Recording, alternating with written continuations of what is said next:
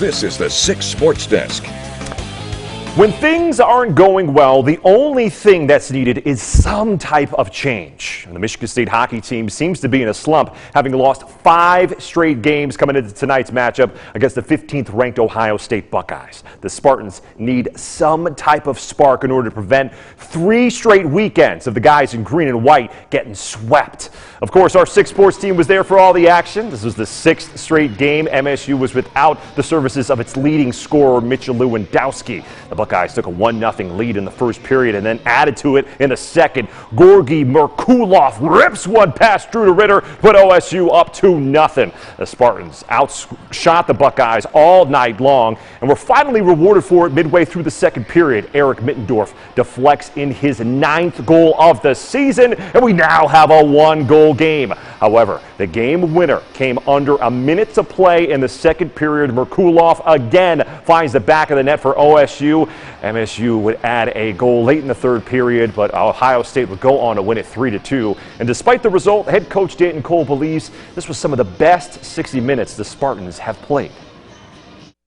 If we play that hard and that well in the last 8 games, we'll be fine. And it's fun to coach teams when they play that hard. I'm as disappointed and bitter as the guys are in the room about the result. We had a different mentality tonight, that we were just trying to get pucks in the net, and you could tell that they knew that they got away with one.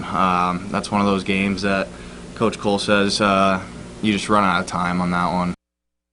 Well, speaking of some Spartans, the Michigan State women's basketball team has had one of the more difficult seasons in school history. From injuries to key players all season long to head coach Susie Merchant testing positive for COVID-19 last week. It's been rough to watch, but these Spartans are one tough group. With a 3-3 record in the Big Ten play, the Spartans are in need of some more conference wins. And they were hoping to have a matchup against Indiana on Wednesday, but that game was postponed due to COVID issues within the Hoosiers program. So as the Spartans prepare to host Minnesota on Sunday afternoon, senior point guard Nia Clouden reflected on the resilient nature of her team. We've gone through so much since the year started. We basically started the year thinking we would have like almost a completely different team. But things have happened to us, and I feel like we've just been rolling with the punches, and we've been doing what we can. And even in that, we've found ways to win some games, and then we've struggled other times. But I'm just proud of how we bounced back after everything that's happened to us. And we're just still focused on getting ourselves better, getting our team better, and continuing to try and win and compete in the Big Ten.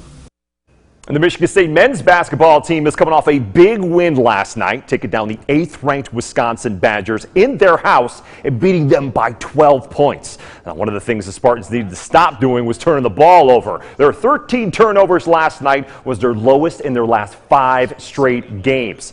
And the guards needed to have a big game. Max Christie, Tyson Walker, A.J. Hoggard, and Jaden Akins all scored in double digits behind Malik Hall's team-high 14 points. And after the game, head coach Tom Izzo shared which keys to the game he loved the most. The big key was the rebounding, to out-rebound him 39-20 was, after what we'd gone through the last couple weeks, it was hell these last 3 days, and that's the way it's supposed to be. And we came into this game with 4 big keys. Number 1 was rebounding. Number 2, of course, was turnovers. Number 3 was getting our fast break going, which we did a little bit more in the first half. And number 4, we wanted to both defend without fouling and not give up those layups that they are so good at getting on those back cuts, and we did a decent job. On the high school hardwood, we had good old-fashioned Saturday matinee in the CAAC Blue. Jeff Wanch and the Okemos were on the road at Waverly looking for their 4th straight win. While Rod Watts and Waverly were looking to get back in the win column after having their 6-game winning streak snapped by Holt on Thursday. Now, first half, Trey Jones at the top of the key. He splashes home 3 of his team-high 22 points. Then Deontay Roberts takes the opposite approach and just attacks the hoop with ease.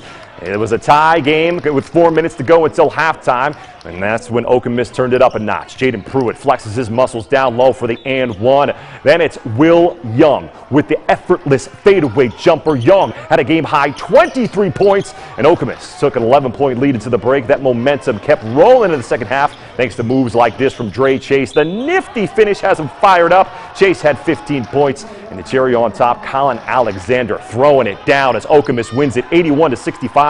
So, Coach, how cool is it to see this team continuing to evolve this season?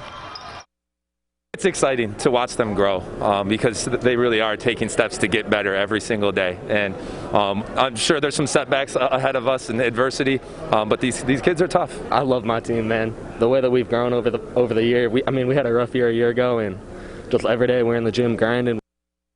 And in the NFL playoffs, the Cincinnati Bengals rookie kicker Evan McPherson, a 52-yard field goal to beat the Titans 19-16, 13-10 the one in the other game. 49ers beat the Green Bay Packers. Huge last-second field goals to win it. We'll be right back with a final look at your forecast, so stay with us.